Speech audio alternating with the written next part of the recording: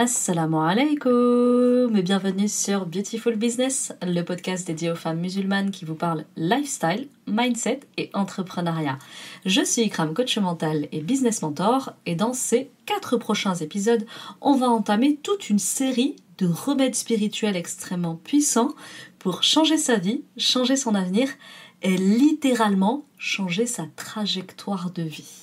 Alors tout d'abord, je ne peux pas revenir ici comme une fleur sans vous présenter mes excuses. Je me suis absentée pendant un long laps de temps. Je crois que c'est la première fois que je m'absente aussi longtemps du podcast et je voulais vous présenter toutes mes excuses parce que je sais que vous êtes nombreuses à avoir attendu mon retour. Je fais enfin mon grand retour et franchement, je suis très heureuse de revenir par ici. En tout cas, je reviens et cette fois-ci, c'est pour de bon. Et alhamdoulilah, je suis très heureuse de revenir avec un épisode qui pour moi peut complètement, littéralement changer votre vie si vous comprenez ce que je vous dis là et que vous le mettez surtout en application. En fait, j'aurais tellement aimé savoir ce que je vais vous expliquer aujourd'hui il y a tellement longtemps en arrière que je me dis, si elles comprennent là ce que je vais leur expliquer et qu'elles le mettent en application, votre vie va littéralement se transformer. Alors, celles qui me suivent sur Instagram et sur Telegram, vous n'avez pas manqué de suivre notamment mes pépites. D'ailleurs, c'est vrai que quand je débranche d'Insta, je reste quand même malgré tout assez présente sur Telegram. Et donc, elles arrivent à savoir voilà, si je suis en train de prendre une pause, si je suis en vacances. C'est que j'ai eu beaucoup de déplacements aussi. Donc, c'est là-bas que je vous invite à être si vous souhaitez tout savoir de moi en temps réel et notamment suivre ma petite actu parce qu'en général, ces 2 endroits là-bas, même si je peux me déconnecter de temps en temps, pour autant, je donne toujours des petites nouvelles. Bon, en tout cas, ce que je voulais vous partager dans cet épisode, c'est que pendant très longtemps, je me suis sentie comme prise au piège de ma propre vie. C'est-à-dire que j'étais bloquée à revivre inlassablement le passé, sans pour autant comprendre pourquoi. Et en fait, ma vie, c'était comme un mauvais film qui se rejouait sans cesse. Alors bien sûr, tout n'était pas négatif, alhamdoulilah, durant tout ce temps, il y a quand même eu des belles expériences ultra positives, et même dans le négatif.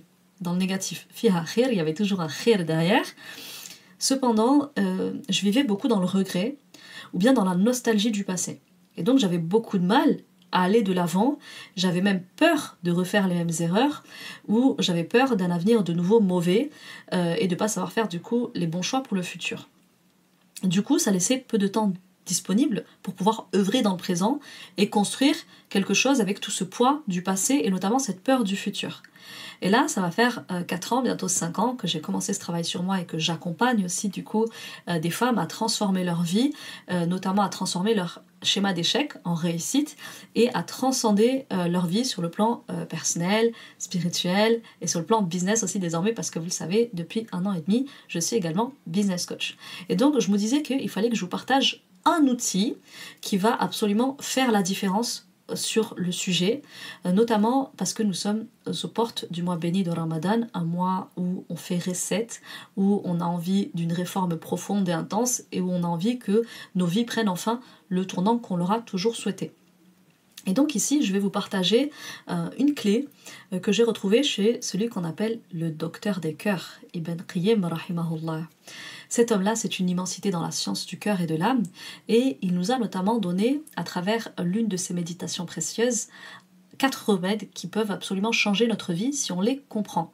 C'est effectivement une immensité cet homme-là. Et franchement, quand vous prenez ces méditations et que vous vous posez avec et que vous arrivez à les comprendre, notamment parce que moi, alhamdoulilah, ça fait 4 ans que j'expérimente en coaching des vraies situations et que du coup, au-delà de ma propre expérience, j'arrive à voir ce qui permet de changer la vie des gens. Et parmi ce qui permet de changer leur vie, il y a cette phrase que j'ai lue dans les méditations d'Ibn Qayyim, qui est un remède absolument extraordinaire. J'hésitais, pour tout vous dire, à en faire un épisode qui allait récapituler ces 4 clés. Et puis je me suis dit non, en fait là, chaque clé qu'il donne dans cette méditation mérite un épisode à part entière. Donc durant ces 4 prochaines semaines, Inch'Allah, je vais voir si je vous les sors en 4 semaines ou en plus vite, parce que quand même, je vous en dois des épisodes, n'est-ce pas? Mais en tout cas, si vous arrivez à les noter et à les implémenter dans votre vie, vous allez radicalement changer vos vies. Donc, ce qu'il faut comprendre, c'est que il y a quelque chose qui peut effectivement permettre de rectifier le passé. Et ça, je vais vous citer effectivement la formule qu'a eue Ibn Qayyim, parce qu'il n'y a pas mieux que de citer l'auteur de cette formulation. Donc, si vous reprenez les méditations d'Ibn Qayyim, c'est un livre d'ailleurs dont on va vous mettre le lien en description de l'épisode du jour si vous souhaitez aller vous le procurer. Il nous a dit « Rectifie le passé par le repentir.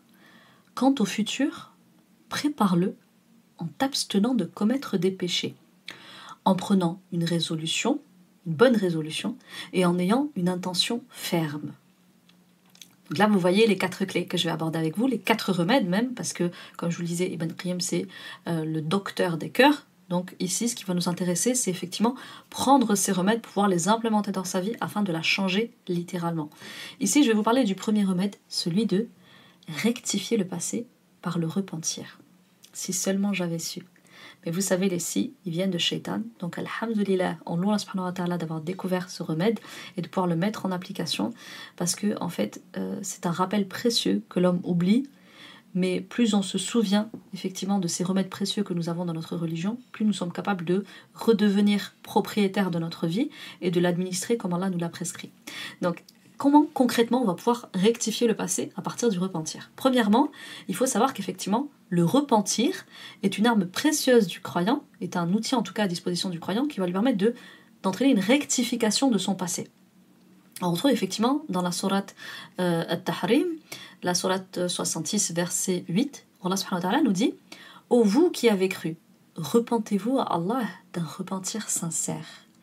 Il se peut que votre Seigneur vous efface vos fautes et qu'il vous fasse entrer dans des jardins sous lesquels coulent les ruisseaux. » Et dans un hadith, notre prophète bien-aimé, alayhi salatu wassalam, il nous déclare « Celui qui se repent d'un péché est comme celui qui n'a pas de péché. » Est-ce que vous entendez? Celui qui se repent d'un péché est comme celui qui n'a pas de péché. On peut se perdre, s'égarer, se laisser tenter par le mal, et c'est la nature de l'homme que de se laisser tenter parfois, de se laisser saisir par ses passions, par ses désirs. Et Allah nous a dit que si nous n'étions pas créés dans cette nature-là, que si nous n'avions pas ces tentations-là auxquelles parfois nous répondions, eh bien il aurait recréé toute une communauté qui, elle, pêche pour pouvoir lui pardonner. Donc Allah subhanahu wa ta'ala nous a créés pécheurs, mais notre religion nous invite et nous facilite le retour. Parce qu'effectivement, le repentir, c'est le retour vers Allah subhanahu wa ta'ala, le retour vers notre nature saine, le retour dans la lumière originelle dans laquelle il nous a créés. Donc l'islam demande à ses fidèles de se tourner constamment vers le bien, le beau, et de mener une vie en harmonie avec les ordres et les prescriptions divines, et notamment de se tenir à l'écart de ces interdits. Cependant, nous sommes que des humains, et nous avons effectivement la tentation du péché en nous. Et de façon consciente ou inconsciente, parfois on se laisse happer par le mal. Et ça, c'est inhérent à notre nature. Voilà, tant qu'on sera humain, on aura la tentation du péché, et parfois on succombera, parfois on résistera. Et donc Allah il nous a accordé la possibilité d'un retour vers lui. Donc le repentir, c'est le retour vers At-Tawwab, vers celui qui pardonne. Et ça, c'est une porte effectivement d'accès à sa miséricorde. Ar-Rahman, il est Ar-Rahman, il a beaucoup de rahma, et c'est par cette rahma, par cet amour qu'il a pour nous, qu'il arrive à nous pardonner les fautes que nous commettons, à notre détriment parfois, à notre insu aussi parfois, c'est-à-dire que c'est de façon inconsciente que je me suis laissé aller au péché de la médisance, au péché du mensonge, etc. Donc la porte d'Ar-Rahman est une porte pleine de miséricorde, pleine d'espoir. Donc ça veut dire que le croyant, sa situation, elle n'est jamais perdue. Tant qu'il respire, tant que son âme n'a pas atteint son gosier, comme Pharaon, quand il s'est retrouvé dans la mer quasi noyé, et que là il a reconnu que Allah subhanahu wa ta'ala était notre Seigneur. Mais il a attendu que son âme atteigne son gosier. Donc tant que votre âme n'a pas encore atteint votre gosier, c'est-à-dire qu'elle est sur le point de s'extraire de votre corps, tant qu'elle n'est pas encore sur le point de retourner à votre Créateur, vous pouvez faire retour. D'accord? Donc c'est quoi le repentir concrètement? Le repentir, c'est se juger soi-même. C'est regretter sincèrement ce qu'on vient de commettre, et c'est ne plus insister sur cette faute-là. Ok, je l'ai faite. Ok, je n'aurais pas dû. Ok, là, j'ai mal agi. Et là, de façon déterminée, je m'engage à ne plus y retourner. Donc en fait, ici, moi, ce que je constate en coaching, c'est que très souvent, vous êtes en boucle sur vos péchés et vous êtes en mode « mais moi, je me pardonne pas, en fait. Je me pardonne pas d'avoir été aussi odieuse, d'avoir été aussi horrible, d'avoir commis ce péché-là. » Vous vous appartenez pas. Inna lillahi wa inna ilayhi raji'un. Vous appartenez à Allah et c'est vers Allah que vous retournerez. Et il faut savoir que quand on commet un péché, on s'est éloigné d'Allah. Et quand on fait le repentir, on retourne vers Allah.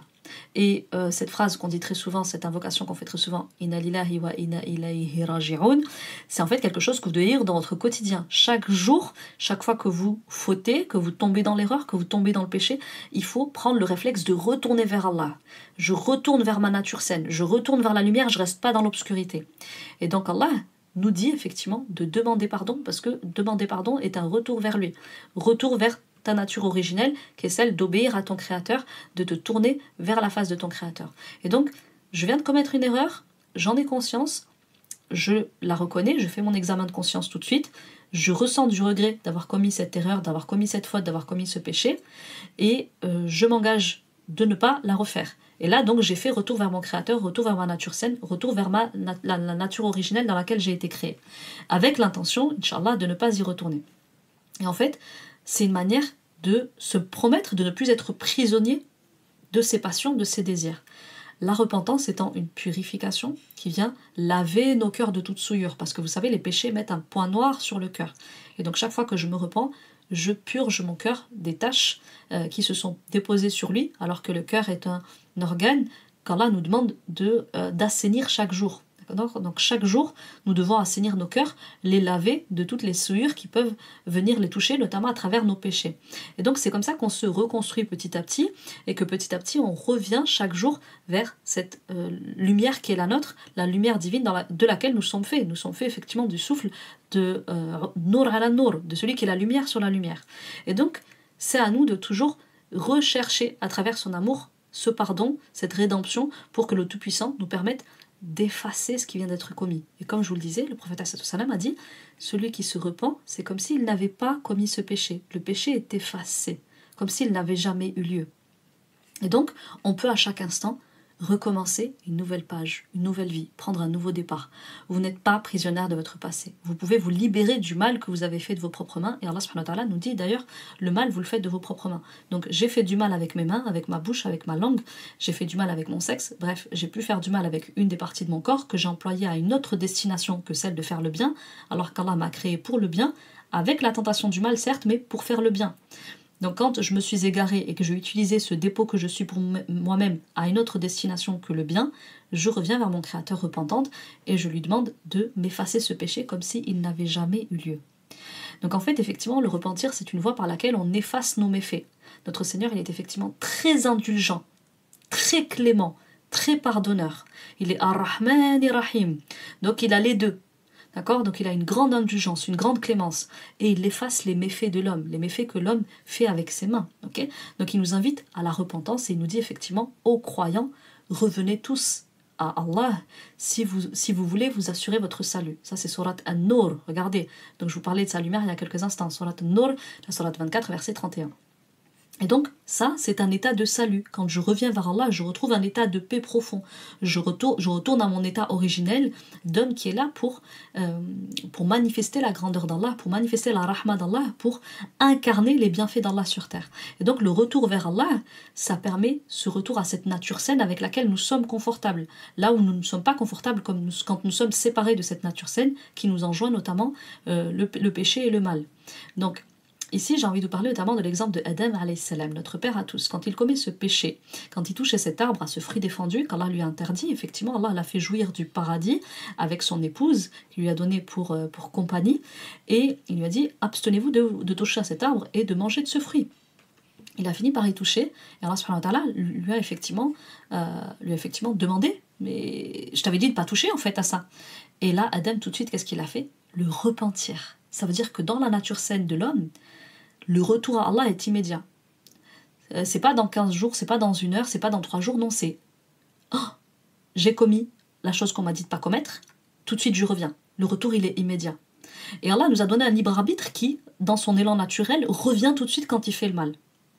Donc on a un penchant vers le mal, mais ce penchant vers le mal, il coexiste avec la version de nous qui est capable de revenir dès qu'il vient de faire le mal. Parce qu'on a conscience du mal au moment où on le fait, parfois ça nous échappe, on est en mode pilotage automatique, on se laisse aller à la parole, on se laisse aller à regarder, voilà, on va avoir les oreilles qui vont traîner là où il ne faut pas, etc. Donc revenons à cet état originel de notre père Adam alayhi salam, c'est-à-dire que je commets un péché, j'ai le retour immédiat vers mon créateur, parce que c'est notre vocation normale de faire retour vers Allah, parce que c'est qu'en revenant vers lui qu'on pourra utiliser le dépôt que nous sommes pour nous-mêmes dans le bien, donc en répandant le bien, en répandant l'amour, en répandant le beau, en répandant tout ce qui est hautement élevé spirituellement sur terre. Et donc, on a dit que quand on fait Taoba, quand on fait le repentir, on nettoie son cœur et on tourne sa face vers le Seigneur. Donc en fait, ici, il faut comprendre que le retour, il faut le faire du plus profond de son cœur, parce que c'est le cœur qui est entaché. C'est lui qui en fait prend le plus cher quand vous êtes en péché. Donc du coup, le cœur, c'est lui, c'est l'organe qui va avoir typiquement besoin d'être nettoyé, même si vous avez commis le péché de la langue, le péché des yeux, le péché des oreilles.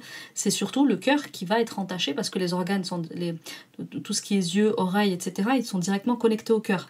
Et donc, s'ils arrivent à continuer dans le péché, c'est parce que le cœur n'a pas été lavé, il a été souillé par nos péchés, et à force d'être souillé, du coup, il continue à s'engluer dans le péché. Donc ça veut dire que quand on fait le repentir, on va chercher le repentir au plus profond de nos cœurs. Pour purifier le cœur étant lui-même porté par l'âme. Donc si on purifie le cœur, on purifie également l'âme au passage. Et donc du coup, là, on va pouvoir renforcer ce lien avec Allah, le purifier, et pouvoir revenir dans notre état originel, celui de faire le bien. Donc ici, du coup, on va pouvoir se repentir notamment de nos mensonges, de notre médisance, de nos mauvaises paroles qu'on a pu commettre effectivement par différents organes, par différents membres, par différents muscles. Et c'est le retour qui va permettre cette rédemption, qui va permettre du coup de revenir à une vie où on a un cœur qui est assaini. Et donc avec un cœur assaini, là on peut œuvrer dans le bien et on peut multiplier les actions de bien. Donc du coup, ici, ce que je voulais que vous compreniez surtout, c'est que le péché, c'est quelque chose qui inscrit un point noir sur votre cœur, et ça c'est Abu Huraira qui nous l'explique, rahimahullah. Il nous a dit qu'effectivement le prophète sallam a dit, lorsque le croyant commet un péché, on inscrit un point noir dans son cœur. S'il se repent, cesse et implore le pardon, son cœur est poli de ce point. Mais s'il persiste, cela continue jusqu'à recouvrir tout son cœur. C'est là la rouille mentionnée par Allah, notamment dans la sourate 83, verset 14. Non, une rouille recouvre plutôt leur cœur en raison de ce qu'ils commettaient. Donc c'est ce que nous commettons qui ternit notre cœur dans, au départ, sa nature saine. Donc la tache noire qui se pose au moment du péché, elle s'enlève à partir du moment où vous cochez toutes les conditions, c'est-à-dire notamment le fait de se repentir, de cesser et d'implorer le pardon. Si je cumule ces conditions-là, cette tâche, elle part. Maintenant, parfois, moi, ce que je recommande à mes élèves, c'est notamment de faire cette demande de pardon dans les moments d'exaucement. Par exemple, faites-la beaucoup entre l'adhan et l'iqama. Faites-la beaucoup au moment du tashahhud. Faites-le beaucoup au moment du sujoud. Faites-le beaucoup durant les dernières heures de la journée, durant Jumu'ah. Faites-le beaucoup dans le dernier tiers de la nuit. Faites-le beaucoup dans les moments de la pluie, c'est des moments d'exaucement. Donc essayez d'utiliser ces moments propices à l'exaucement où on sait que les doigts elles montent immédiatement pour pouvoir avoir plus de force dans votre demande de pardon et qu'elle soit plus facilement accueillie et acceptée par notre Créateur qui est At-Tawwab, parce que c'est lui qui doit accepter notre repentir. Et ensuite, moi je vous enjoins à beaucoup renouveler, parce que des fois vous allez un peu vite. Ok, j'ai commis un péché, astaghfirullah, astaghfirullah, astaghfirullah, astaghfirullah. Si j'y pense, je le fais aussi dans les moments d'exaucement pour faciliter la levée de ce point noir sur mon cœur. Le prophète, on a trouvé aussi, alayhi wassalam, qui a dit « Je jure par Allah que je demande pardon à Allah et je me repens à lui plus de 70 fois par jour ». On trouve ça dans Sahih Bukhari, et dans Sahih Muslim, on trouve qu'il se repentait plus de 100 fois par jour. Donc si celui qui ne commettait pas de péché, à savoir le commandeur des croyants, Rasulullah, lui-même il ne commettait pas de péché, il se repentait 100 fois par jour, et que tous les autres prophètes eux-mêmes se repentaient, ça veut dire qu'on doit être abondant dans le repentir. C'est pas juste astaghfirullah, je viens de parler. Non, ça peut être accepté dès le premier coup. Mais si les hommes qui ne commettaient pas de péché sur terre, à savoir nos prophètes, se repentaient plusieurs fois, et en plus ils se réveillaient la nuit au moment d'exaucement, nous il faut qu'on le fasse beaucoup en fait, parce que nous on est moins bons qu'eux, vous vous doutez bien. Donc ici, les conditions du repentir. Il va vous falloir la sincérité envers Allah. Il va vous falloir d'arrêter le péché, c'est-à-dire vous décidez à ce moment-là que vous ne le refaites plus. Il faut avoir le regret, un tant soit peu de regret, sinon ça veut dire que l'examen de conscience il n'est pas correctement fait. Il faut avoir la fermeté dans l'intention de ne pas y retourner, de ne pas recommencer. Il faut aussi que le repentir il ait lieu à un moment stratégique. Essayez de le faire en tout cas à des moments stratégiques pour faciliter la miséricorde d'Allah sur vous. Donc, si ces 5 choses elles sont réunies, alors le repentir, il a plus de chances d'être accepté, il a plus de chances d'être effacé aussi, et que ce point noir quitte votre cœur pour que votre cœur retrouve sa nature saine, et que votre cœur ordonne à vos organes de commettre le bien, et qu'ils soient plus tentés de faiblir face au mal. Donc ici, il faut reconnaître son péché, il faut le regretter sincèrement, et il faut prendre une résolution ferme de ne pas y retourner. Tous les prophètes ont effectivement demandé pardon, de Adam à Mohammed alayhi salatu wassalam, et donc c'est à nous de perpétrer cette tradition prophétique en faisant du repentir une hygiène de vie. Moi, je dis tout le temps à mes élèves, faites-en une hygiène de vie au point de commencer votre journée par le repentir.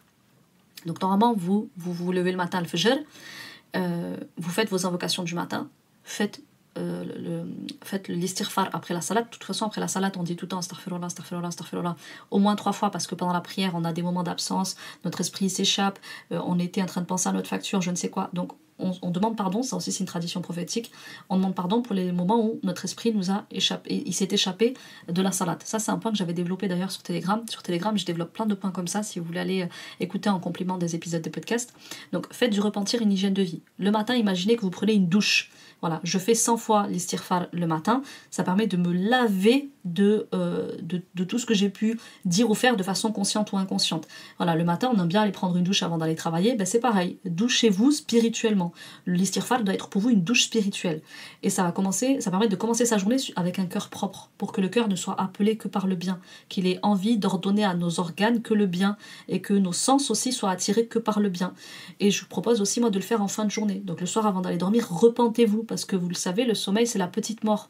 Votre âme, elle retourne auprès de son créateur, elle retourne notamment à al-barzakh, là où se trouvent toutes les âmes, notamment ceux des morts.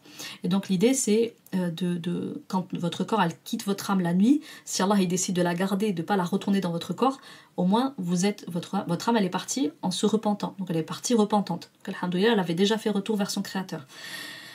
Ensuite, moi je propose aussi de rester dans un état de conscience au quotidien où on se voit quand on fait le mal. On sait que là on est en train de dire du mal, qu'on est en train de faire du mal. Des fois ça nous échappe, mais en général, voilà, tu fais de la médisance, tu te rends compte que tu es dans de la médisance. Donc tu raccroches ton téléphone, tu dis astaghfirullah, astaghfirullah, astaghfirullah, astaghfirullah.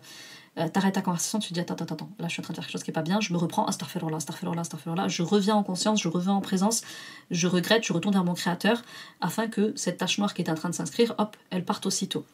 Donc, moi ici, très souvent, ce que je propose aussi, c'est de s'asseoir le soir avant d'aller dormir avec soi-même. C'est une tradition aussi que les compagnons nous ont donnée, qu'Allah les agrée. Effectivement, notamment, je vous ai beaucoup parlé de Omar ibn al-Khattab, qui lui avait l'habitude de s'asseoir avec lui-même tous les soirs et « Ok, qu'est-ce que j'ai œuvré aujourd'hui ? Qu'est-ce que j'ai fait de mes mains aujourd'hui ?»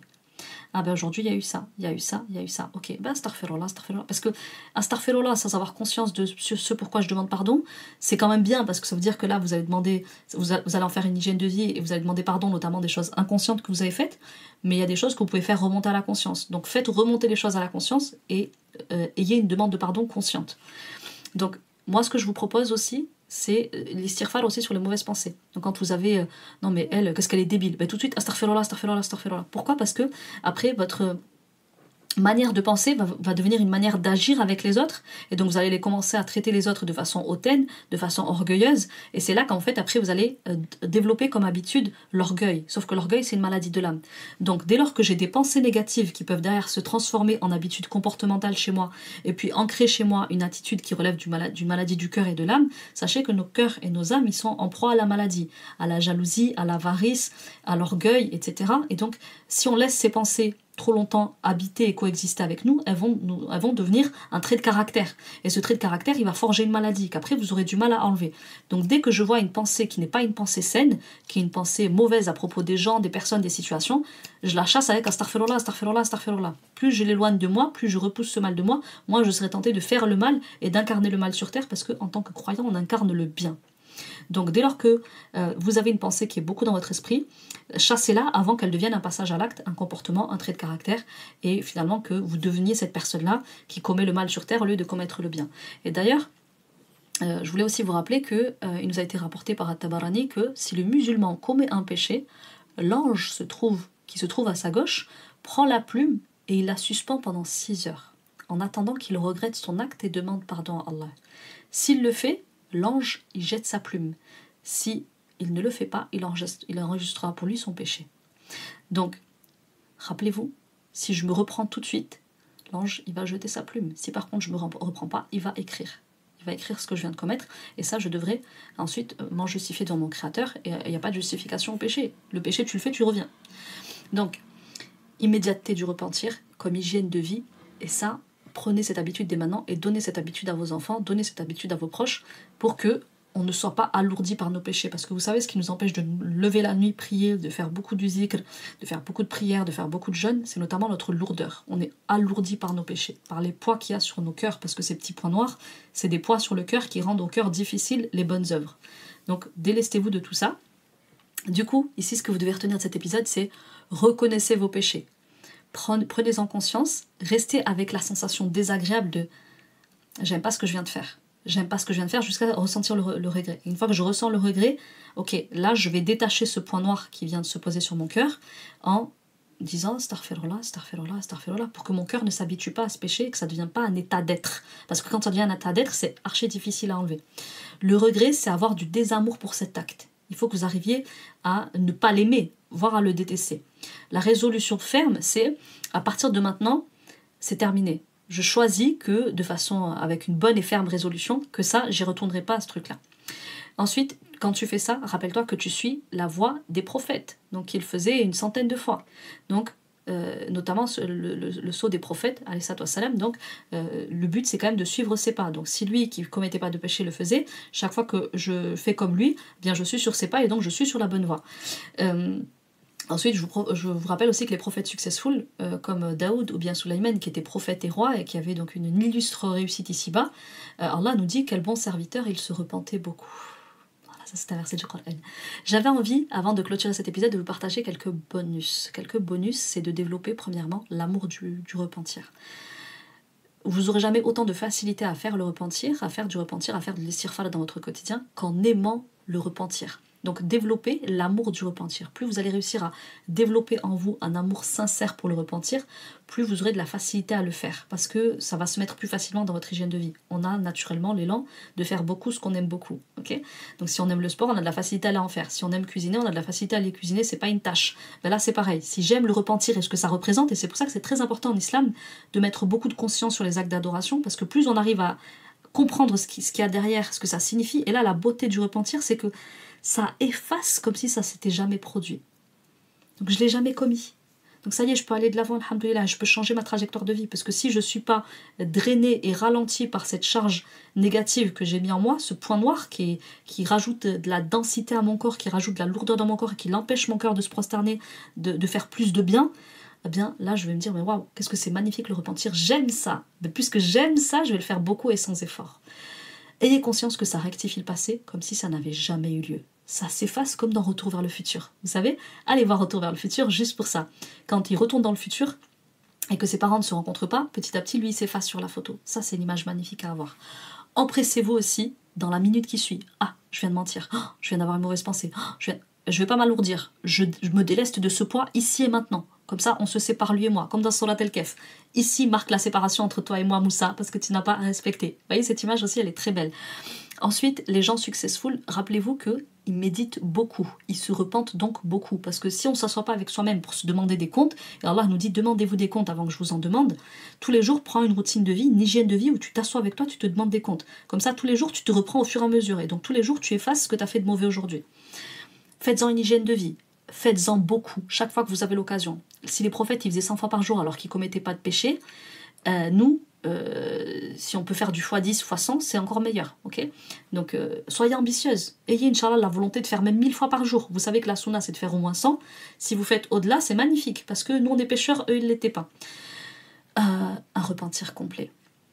Repentez-vous complètement de toutes les conséquences, notamment du mal que ça a généré. Donc par exemple, je sais pas, vous êtes allé avec quelqu'un qui était marié, ça a causé du tort non seulement à cette personne, à sa femme, à ses enfants, vous faites un repentir complet. Okay, concentrez-vous dans la salade, dans les moments où il y a du repentir. D'accord? Donc, dans la salade, ça vous permet aussi d'avoir du repentir. Donc prenez chaque endroit du repentir dans la salade. Renouvelez beaucoup astaghfirullah, astaghfirullah, astaghfirullah wa tubu ilayh. Renouvelez les formules aussi. Donc, ya Allah, pardonne-moi mon injustice et ma mécréance. Donc, essayez d'apprendre plein de formules. Donc, Khufranik, par exemple, ça aussi, c'est une formule qu'on utilise beaucoup. C'est un zikr qu'on utilise beaucoup, notamment quand on rentre dans les toilettes. Et donc, du coup, essayez d'avoir beaucoup de zikrs différents de pardon pour pouvoir vous diversifier et avoir voilà, beaucoup de possibilités de repentir et d'avoir beaucoup de formules. Voilà, enrichissez votre vocabulaire de repentir. Ensuite, une petite astuce aussi que je donne très souvent à mes clientes, c'est quand vous avez les images du passé qui remontent. Quand les images du passé remontent, certainement c'est que vous n'avez peut-être pas assez fait de repentir sur ce péché-là. Donc ça veut dire que ce poids il est encore en train de vous alourdir. Et donc Allah est en train de vous faire la faveur de vous rappeler cette image, de vous rappeler cette personne, de vous rappeler cet endroit où vous avez péché. Donc à chaque fois que vous avez cette association-là qui se fait sur votre cœur, sur votre esprit, pardon, l'image elle vient, le prénom il vient, il y a quelque chose qui me vient et ça me rappelle que j'ai commis ce péché-là, ok, ben là je me pose, astaghfirullah, astaghfirullah, astaghfirullah, et je le fais depuis mon cœur et je le fais avec la plus grande sincérité possible, pour que cette chose-là marque la séparation avec moi et que hop, je puisse me séparer de ce péché et retrouver ma nature saine en tout cas que ce point se détache de mon cœur et que mon cœur s'assainisse à cet endroit. Ensuite, essayez de faire suivre l'istighfar par une bonne action. Donc typiquement voilà, vous pouvez faire idéalement d'ailleurs quand vous pouvez, faites des ablutions. Les ablutions c'est la purification, donc les ablutions ça purifie vos cœurs, vos âmes, vos esprits, et comme il y a une tache noire qui se pose, il faut aller purifier. Donc idéalement si vous pouvez, vous avez fait un péché, vous faites 2 unités de prière, vous faites vos ablutions si vous n'avez pas déjà, vous faites 2 unités de prière, et notamment dans la première ou la deuxième unité de prière, vous devez dire la sourate Al-Kafirun, parce que quand on désobéit, on commet une forme de mécréance. Okay, ça, je l'avais développé pareil sur Telegram, je vous laisse à l'écouter pour celles qui ne sont pas encore sur Telegram. Donc, essayez 2 petites unités de prière, une aumône, un sourire, rendre un service à quelqu'un, pour que Allah accepte plus facilement votre demande de repentir. Essayez autant que possible de vous abstenir de le recommettre, d'avoir une bonne volonté dans la résolution de je veux plus y retourner et d'avoir une intention ferme. Tout ça, Inch'Allah, je le développerai à travers les 3 prochains épisodes. Donc ici, ce que vous devez comprendre, c'est que le repentir en islam, il est d'or. Parce qu'il permet de retrouver sa virginité spirituelle. Nous pouvons redevenir vierges de tout péché à partir du moment où, comme Adam, nous faisons un retour immédiat vers Allah. Et ça va vous permettre de revenir dans un état de salut, c'est-à-dire un état de joie, un état de paix, un état d'amour. Et c'est depuis cet état originel que vous pouvez bâtir, aller de l'avant, construire. Donc prenez l'habitude, chères auditrices, de rectifier le passé à chaque instant. N'attendez pas les 6 heures. N'attendez pas de repousser l'heure à chaque fois, faites-le maintenant, faites-en une hygiène de vie, prenez tout de suite vos mauvaises actions en main et modifiez ce qui vient d'être fait en rectifiant le passé de manière à effacer ce qui vient de se jouer pour que ça n'entrave pas votre avenir et votre futur et que ça ne soit pas une lourdeur dans votre vie et dans ce que vous souhaitez réaliser, parce que vos péchés obstruent aussi les chemins du rizq. Rizq, il vous réclame plus que votre mort, je vous rappelle, ça c'est un hadith. Donc rizq, il est attiré par vous plus que vous êtes attiré par lui, mais ses voies sont obstruées par les péchés qui créent effectivement des bouchons. Ça bloque le péché, ça bloque la subsistance de venir. Donc revenez vers At-Tawwab. Tant que vos âmes n'ont pas atteint votre gosier, vous pouvez encore revenir, et c'est comme ça que vous suivez en fait la voie des prophètes et surtout la voie du sceau des prophètes alayhi wassalam. Faites-en une hygiène de vie, questionnez-vous tous les jours, repentez-vous au fur et à mesure, et en acceptant l'idée que quand je le fais, c'est effacé.